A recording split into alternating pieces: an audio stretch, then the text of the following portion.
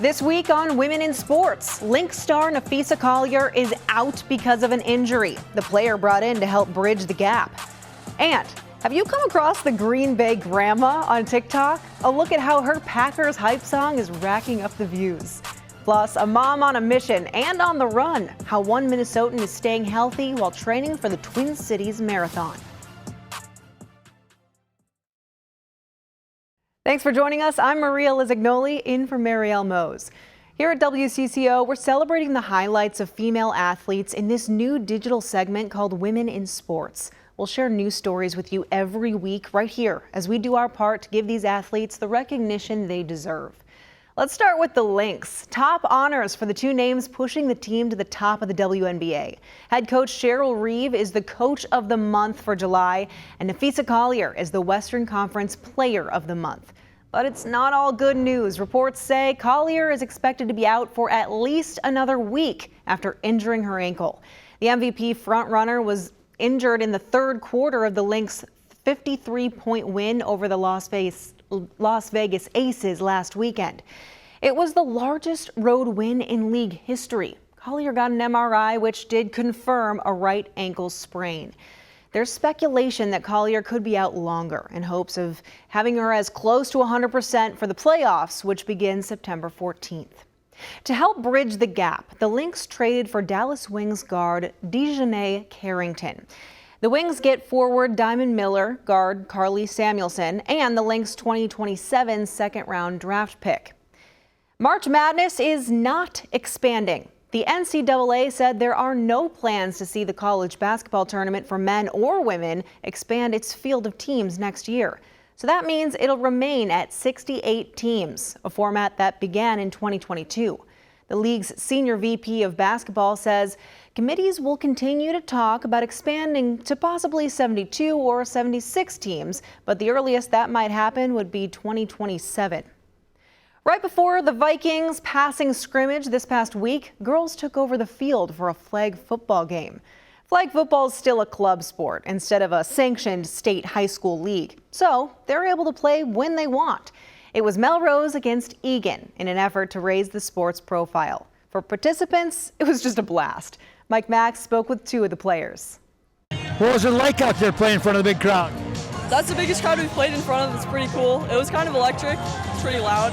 Who'd have thought you'd have had a chance to do this? I would have never thought at the beginning of the season last year when Egan first started their program that we would ever get the opportunity to do this, but it was so much fun.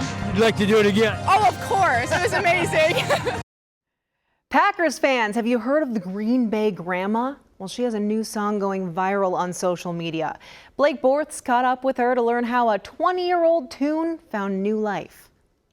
I wanna be a Packer fan dressed in green and gold. I hear they are the best there is, at least that's what I'm told. A brat, a beer, and a burp is a new song becoming popular among Packers fans ahead of another football season. It's them. It's all about them. It's their song. And they should be singing it, along with me, of course. After learning her Mima was going to give the song up, Hannah decided to try something to keep it in the family, but share it with a few others. Drinking her coffee in her favorite chair in the morning, and I was like, Grandma, I'm like, would you mind if I just videoed you singing your song? I wanna be a cheesehead sitting in the crowd, eating brats, drinking beer, and burping really loud. Joanne first wrote the song as a poem and has turned into one of the most popular on social media. And I wrote it for the fans because I think the fans are great. The Packer fans are just great. And I wanted the Packer fans to be recognized. And I like to put memories into a poem. I wanna be that special one who has a front row seat. When Packers score a touchdown, he'll jump up by my feet. I wanna be the player running down the field. With the hope of it one day playing on the big screen in Lambeau Field. At a Packer game, and it's the end of the third quarter. And there that song is up on the lights, written out, and the whole stadium stands up and they start singing, I want to be a Packer fan, and they're doing a little bit of a polka dance. They can stay right in place and doing a little bit of a polka But most of all, I want to be that flag high on the pole. 'Cause then I know I'd see every game that's played here on Lambeau. In Green Bay, Blake Bortz, Local 5 News. History is about to be made on the diamond. For the first time ever, a woman will umpire a Major League Baseball regular season game. Jen Pawol will work with the bases on Saturday's doubleheader between the Miami Marlins and Atlanta Braves in Georgia. She'll then be behind the plate on Sunday. The 48-year-old worked spring training games and began her umpiring journey at a Major League camp in 2015. Pawol made her minor league debut the following year.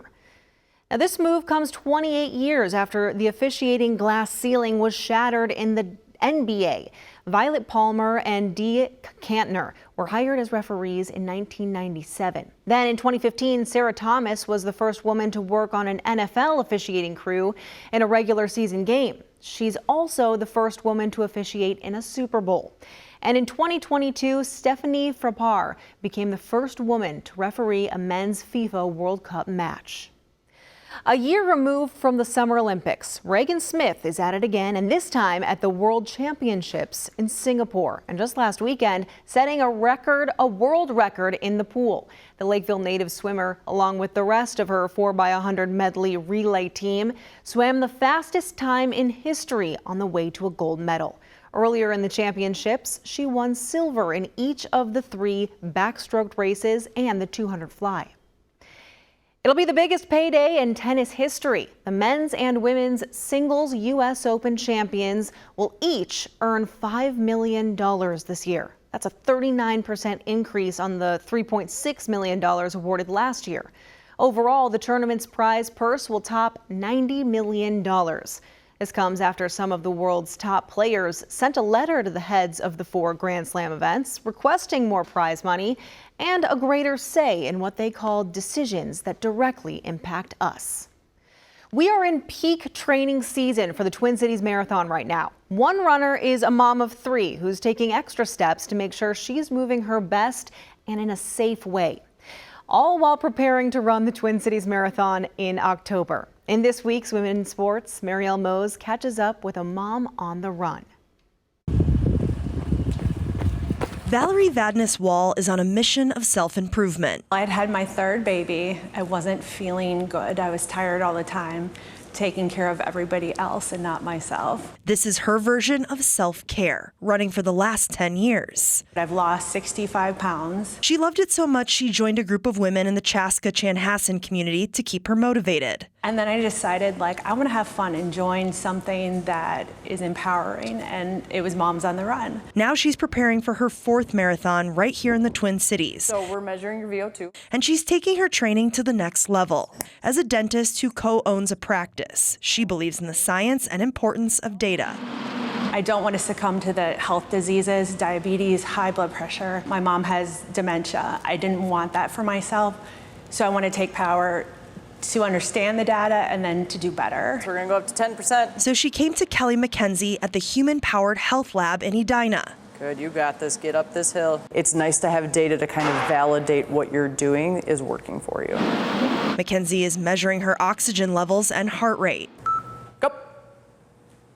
Every single attempt, you're putting more weight into your right leg than your left leg. Interesting. Along with her bone strength. For her going into perimenopause, menopause eventually, right? You want to make sure your bone is in a really healthy spot so that when your estrogen starts to decrease, your bone will naturally go with it. But this type of testing is not just reserved for elite athletes. I'm not a professional athlete, so it's a little intimidating, but she made it super easy and comfortable, and I'm super excited to know that all of this hard work is paying off. You are well above normal. This will help with basic things outside of running, like lifting groceries and walking upstairs to avoid injuries. And I do feel like at 51, I'm in the best shape of my life, even after, 20s, 30s, so I'm excited. In Edina, I do want to be that role model to other people, other women that are middle-aged. Marielle Mose, WCCO Sports. Thanks for watching this week's WoMN in Sports. We'll be back with more great stories next week. I'm Maria Lisignoli.